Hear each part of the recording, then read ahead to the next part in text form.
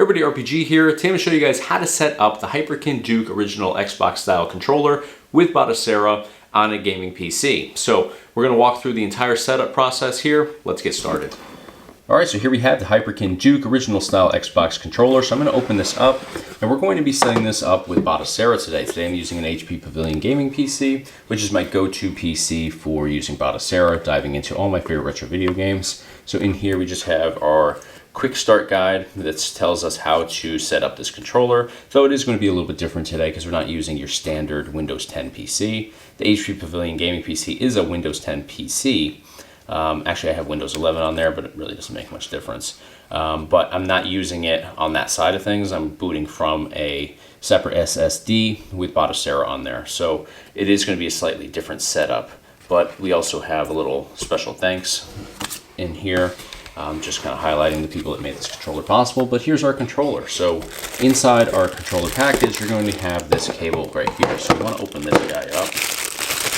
And we're going to connect this first and foremost to our controller. So I'm going to just get these boxes out of the way, clean up the area a little bit. But here is our cable. So if we just slide this out, we have pretty decent length on here too. So you can be nice and far away. I'm going to take this little sticker off.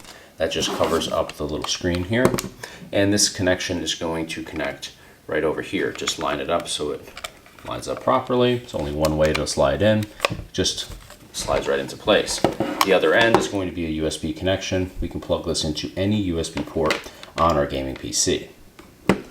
So I'm going to plug that in right now. And we can see that that vibrated as soon as it connected. We also have, wow, take a look at that. That is cool. That is the initial boot screen that we used to see on the original Xbox console when we would dive into games. That would be like the first screen that you saw while loading into a video game. So really love that. Really crisp. It's a little hard to see because this is kind of bubbled over and I have some lighting in the room that is obviously reflecting off of this, but looks really sharp here in person. All right, so we're plugged in and everything. So now what we're going to do is we're going to go into our Batocera system here. And if you have a regular gamepad controller hooked up and set up already, or a keyboard, you're going to just navigate to your main menu. And from your main menu, you're going to drop down to controller settings. Now I will also say when you plug this in, there's a chance that it might just register this and automatically bring you into the option to configure it. If it doesn't though, this is what you want to do. You're just going to select your controller settings and you're going to go to the first option at the top, which says configure a controller. So you're going to get this little notice here and you can just hit OK. And right here, you'll see that it says one gamepad detected. Hold A button on your device to configure it. So we're going to do just that right here on our Hyperkin Duke. Hold down A. And just like this, we jump right into our configuring mapping page. So what we're going to do now is we're going to assign each of the functions of this controller to the settings here in Batocera. So for D-pad up, we're going to go to our D-pad and hit the up button. Same thing for D-pad down. Same thing for D-pad left, same thing for D-pad right. For start and select, you can do this however you are comfortable, but I'm going to use this button here as start. I like it on the right hand side. Same thing with select, I'll do it right here. Now for A, B, X, and Y, this is where it gets pretty specific. So you'll notice that the layout on here is A is here, B is here, X is here, and Y is here. Now if you look at the screen, you'll notice that the buttons may match up that way with how they're labeled, but if you look at the little diagram to the left of the letter, you're going to see where it gives you an actual location. That's what we want to go off of. We don't want to go off with how these are labeled.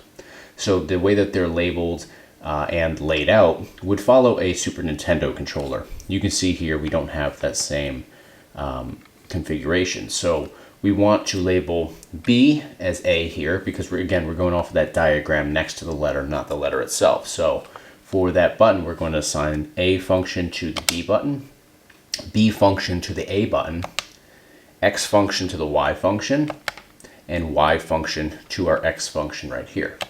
That follows, so each of those diagrams matches up. So now we're going to go with our left analog up. So that is this analog stick over here, and we're going to just push it up. Now for left analog left, we're going to push it to the left. Right analog up, we're going to go over here to a right analog, push it up. And then right analog left, push it left. Now for L1 and R1, you'll notice that this actually has shoulder buttons up here. These aren't standard for your original style Xbox controller, but we will be able to use these here. They obviously added them in so you can play more than just Xbox original games. So for L1, we're going to hit this left shoulder button. For R1, we're going to hit our right shoulder button. Now for L2, R2, these are our trigger buttons. We do have those back there. So for L2, we're going to hit our left trigger. R2, we're going to hit our right trigger. Now for L3 and R3, that's going to be the button function to our analog sticks. Now, I will give you a heads up on this, but prior to hitting these, you want to make sure you're super careful. If you just go and tap these real quick, you're likely going to slide in one direction. Just be super careful here, maybe even use two hands if you're not sure. L3, we're going to just push this in, and you saw how I kind of wobbled back and forth there. It's just super sensitive, so be very careful. If you were to slide off, you're going to hit a different function on here and you're going to mess up your mapping page. Don't worry though, you can just come back in here and redo everything. Not that that's not a pain in the rear, but it's not something that's irreversible by any means. So R3, got that one in. Now hotkey, this is going to be the button that we hit along with start to exit games. You can assign this to some of the buttons up here that we haven't used yet, but what I like to do is just assign it to select in this case. So if I'm in a game and I want to exit that game, I'll just hold select and start at the same time. They're laid out right next to each other, so it's very convenient. So I'm just going to hit that button, which was my select function. So now it's again select and hotkey, and I'm going to confirm everything with my A button on here. A button being this button, not what we mapped it to up there. So we'll hit that. That brings us into our controller settings. And you can see just going with my D-pad, I'm able to navigate up and down. So we do know that this has worked. I'm going to back out with my B button. All right, so since we have our original style Xbox controller, let's jump into an Xbox game. And first one here is Amp 2, one of my favorites. Let's check it out.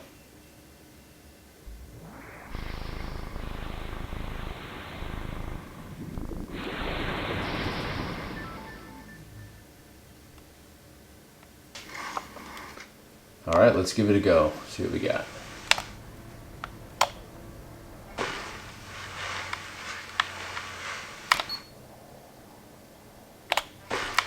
Oh yeah, that's a comer. Faster, fool! Oh yeah! Let him have it, yo!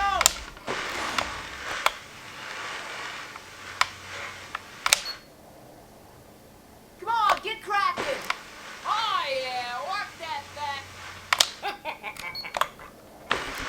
Rub some style on it, yo! Hey, big ol'.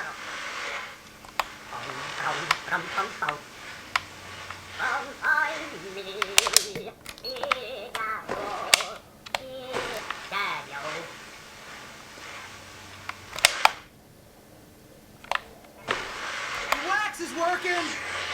Oh.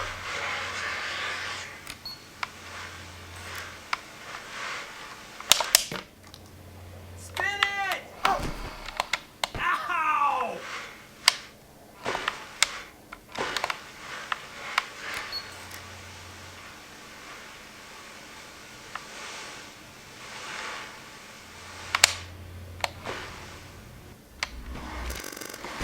All right, so the look and feel of this is great, but the performance is exceptional. I love the ability to just navigate using this analog stick. It's phenomenal.